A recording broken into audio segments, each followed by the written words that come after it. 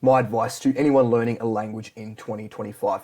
The reason I'm making this video is because I think a lot of people have the goal in mind and they don't actually know how to achieve it, and it's really, really frustrating when you want something and you can't actually make progress towards it, even when you're investing hours and hours of time and effort actually watching content and trying to become better at something. So here is basically the reason why people aren't making progress and how to actually change that to make progress.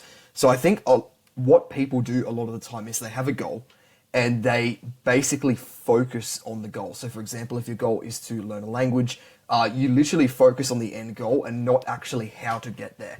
And what happens is you end up worshipping the goal and sometimes even living vicariously through other people, like consuming polyglot content, etc., and not actually making progress yourself to achieving this goal.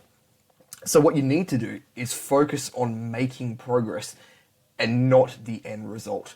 When you compare yourself to the end goal, so if you want to become conversational or fluent in Italian, obviously when you start off, you're not able to speak it at all. There's a huge divergence between you now and you at your current goal, and that actually makes you feel really bad. When you focus on your end goal and you compare that to yourself now, you get really kind of frustrated that there's such a huge divergence.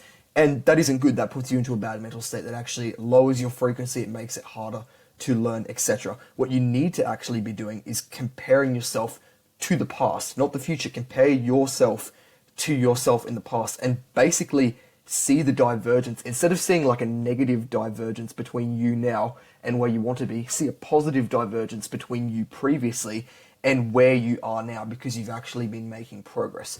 So the number one piece of advice that I would give to you is to focus on making progress. Stop, like, it's good to have goals, obviously. We talk about goal setting all the time on this channel, but make sure you're actually focusing on making progress and becoming better yourself. And here's how you should do that. So number one, you should be putting your effort into becoming better, not into worshipping the goal. So basically, to become better in a language, you need to identify the tasks that are going to turn you into a more proficient speaker of the language. So there's a bunch of different things you can be doing. It could be flashcards, it could be consuming content, it could be studying problems that you're having difficulty with, talking with native speakers, etc.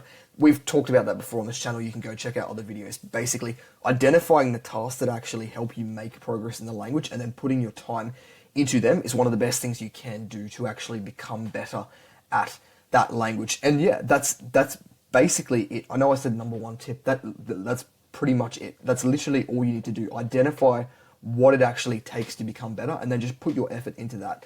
And I think it's very easy as a language learner to become ungrateful, particularly when you're doing that kind of forward comparison to where you want to be and kind of going, okay, well, I want to be this good, but I'm not that good, and so I'm unhappy now.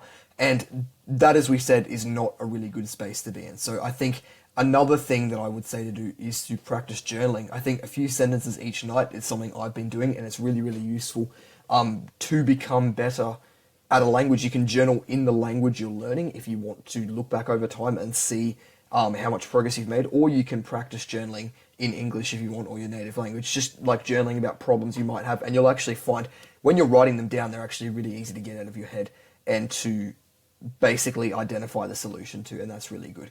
And also picture journaling can be good as well. It's basically where you just draw like a flow chart with pictures and just like things you want to do and that kind of thing. It can help you stay ambitious and really focus on your goals. But yeah, just kind of a short video. Hopefully that is useful for a few different things. But yeah, thank you for watching, guys. Make sure to subscribe and check out some links in the description. And yeah, thank you for watching.